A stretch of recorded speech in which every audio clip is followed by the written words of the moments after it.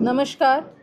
આપને બધાને વિદિત છે જેમ કે 26 એપ્રિલના દિવસે પરમ દિવસે અરવલ્લીમાં સ્થાનિક સ્વરાજ્યની ચૂંટણીની આયોજન થવાનું છે. એમાં 146 બેઠકો તાલુકા પંચાયતની છે, 30 બેઠકો જિલ્લા પંચાયતની છે અને બંને નગરપાલિકાની પણ બેઠકો છે. 9 વોર્ડ નગરપાલિકા મોડાસા અને બાયડ નગરપાલિકાના 6 વોર્ડની ચૂંટણી યોજાઈ રહી છે.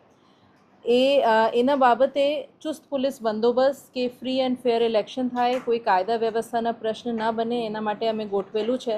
સાથે સાથે ઉનાળાના સમય છે અને દરેક બૂથ પર અમે મેડિકલ ટીમ રાખી છે, જેમાં ઉનાળાની બેસિક દવાઈઓ જે છે એમાં ORS હોય કે ડિહાઇડ્રેશન માટે બધા સાધનો હોય એ છે.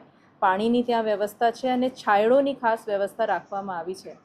છતાં મારી પહેલી અપીલ બધા અરવલ્લીવાસીઓથી રહેશે કે આ સ્થાનિક સ્વરાજ્યની ચૂંટણીમાં લોકશાહીને મજબૂત કરવા માટે આપ બધા મોટી સંખ્યામાં આવીને પોતાને મતાધિકારનો ઉપયોગ કરો.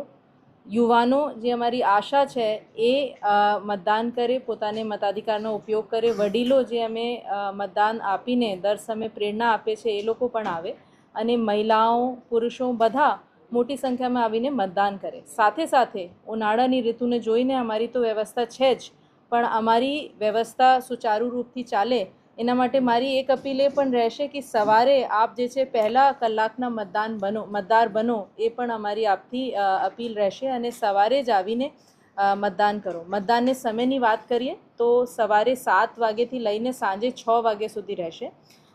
લોકો ત્યાં આવીને મતદાન ત્યાં પોતાનું મતાધિકારના પ્રયોગ કરી શકે છે. મતદાન મથકોની જે યાદી છે એ પણ ઉપલબ્ધ છે. આપ પોતાને વોટર લિસ્ટમાં તમારે મતદાન મથકની માહિતી લઈને અને સમયસર પહોંચીને પોતાને મતાધિકારના ઉપયોગ કરશો.